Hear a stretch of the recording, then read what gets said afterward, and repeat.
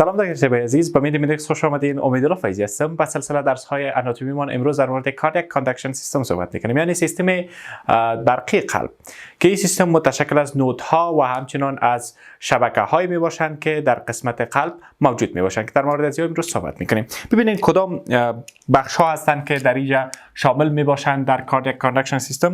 یکی از این بخش ها را به نام SA نود یاد میکنیم. SA نود یا هم برش میگیم ساینو اتریال نود. ساینو اتریال نود نام مکملش است ساینو اتریال نود.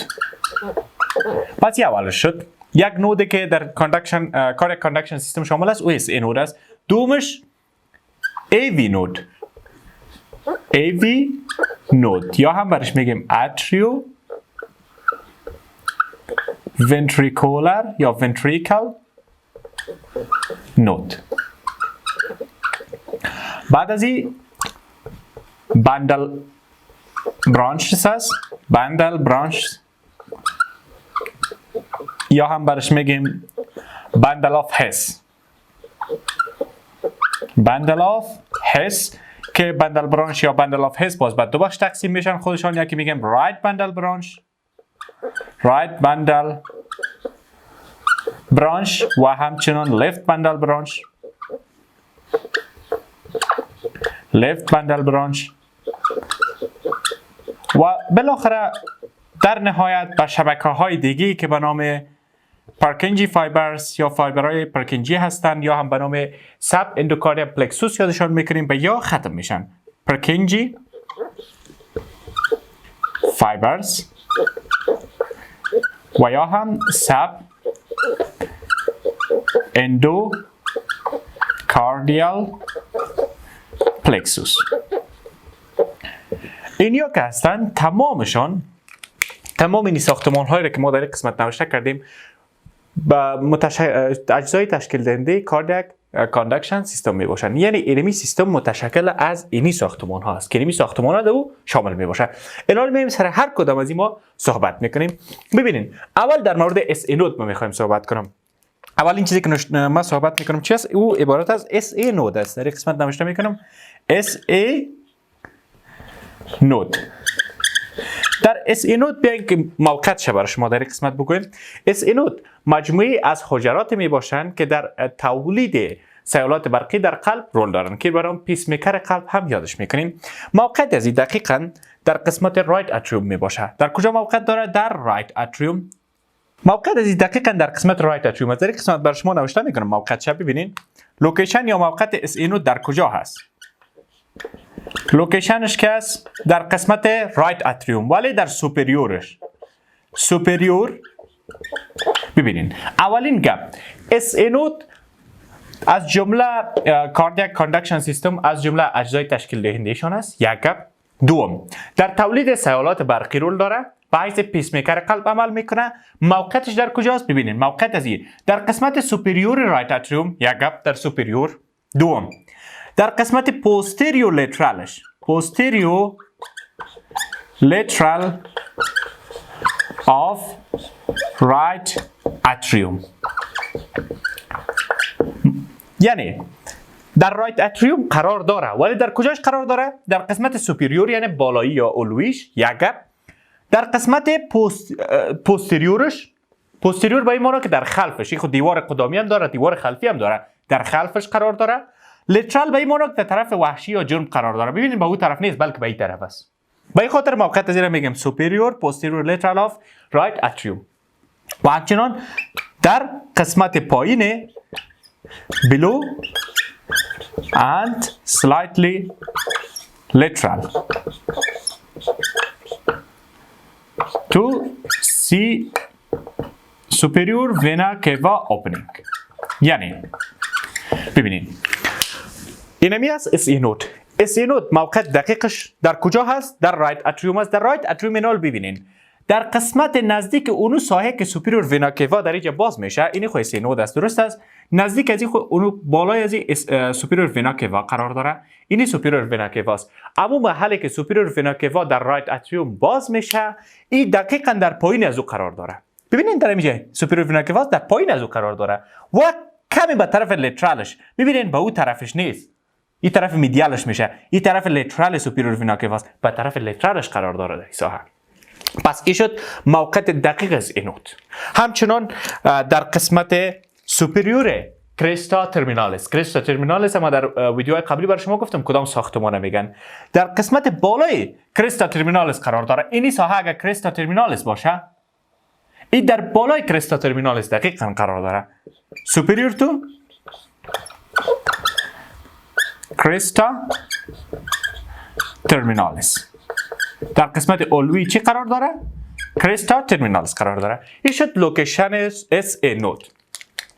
بعد از این میایم در مورد ای وی نود صحبت میکنیم. در این قسمت نوشته میکنم ای وی نود. ای وی نود هم از جمله عقداتی می باشند که در اینجا حجرات مخصوصی هستند که در انتقال سیاله رول دارند و دقیقاً موقعیت از او هم در قسمت رایت اتریوم می باشد. در این ساحه دقیقاً موقعیت از این می باشد. لوکیشن دقیقش در کجاست؟ در رایت اتریوم است. ولی در کجا دقیقاً؟ در اینجا برای شما نوشته میکنم لوکیشن دقیقش. ببینید دقیقاً موقعیت ای وی نود که است در کجا می باشد؟ posterior wall right atrium قرار داره. right atrium در نزدیکی قسمتی که coronary sinus در right atrium باز میشه، در نزدیک از او است coronary sinus. یعنی ببینین اینی ساحه ای وی نود ما هست. در ای وی نود در نزدیکی از اینی ساحه محلی است که در اینجا کرونری ساینس در اینجا تخلیه میشه. این در نزدیکی همون قرار داره و همچنان در نزدیکی سبتال کاسپ ترایکاسپید. در کجا قرار داره؟ در نزدیکی سبتال کاسپ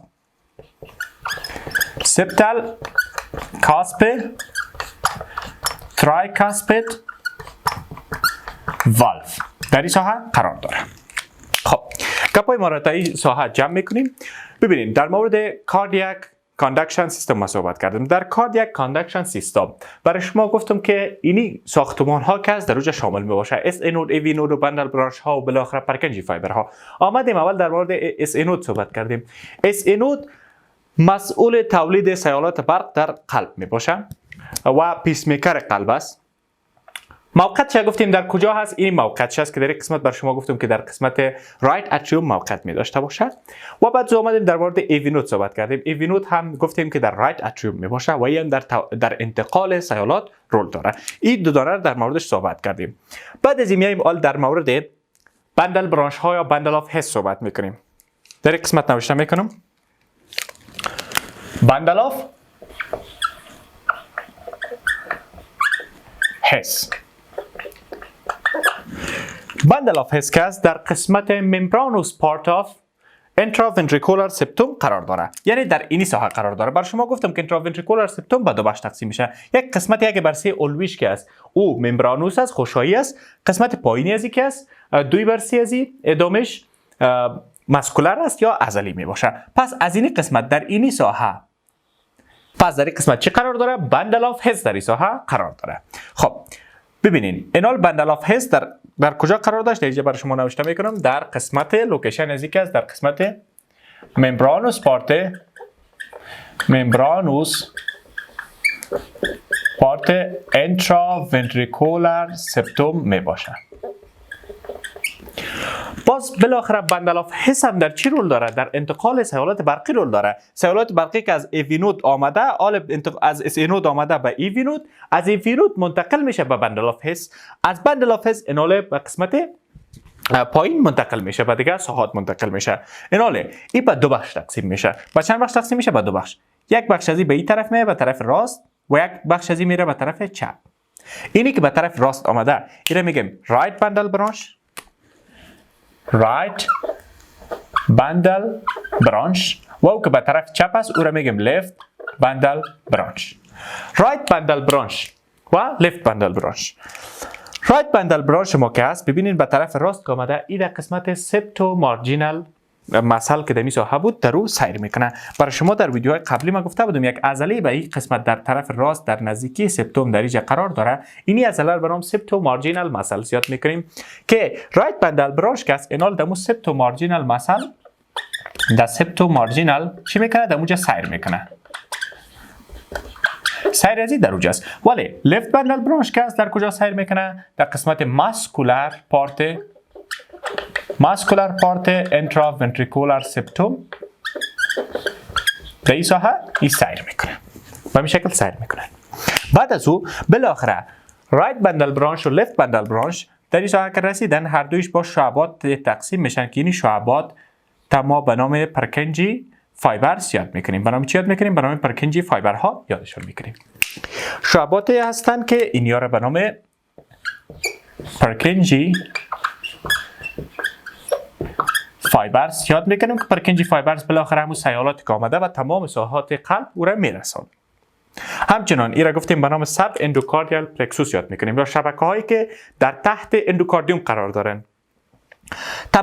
طبقه داخلی یا داخلی ترین طبقه که در قلب بود، در مورد طبقات قلب ما صحبت کردیم، 3 طبقه بود: اندوکاردیوم، مایوکاردیوم، اپیکاردیوم. طبقه داخلیش که اندوکاردیوم است در قسمت پایینی از این قرار دارن این پرکنجی فایبرها. به او خاطر میگیم سب اندوکاردیال پلکسوس. سب تحت مانامته یا پایین، اندوکاردیوم هم طبقه اول قلب و پلکسوس هم یک شبکه را میگن. این شبکه که در پایین اندوکاردیوم در این ساحه قرار می داشته باشه. به خاطر برای میگیم پرکنجی فایبر است. پس ببینین در مورد کاندکشن سیستم ما صحبت کردیم. سیالات از قسمت اس نود آغاز میشه.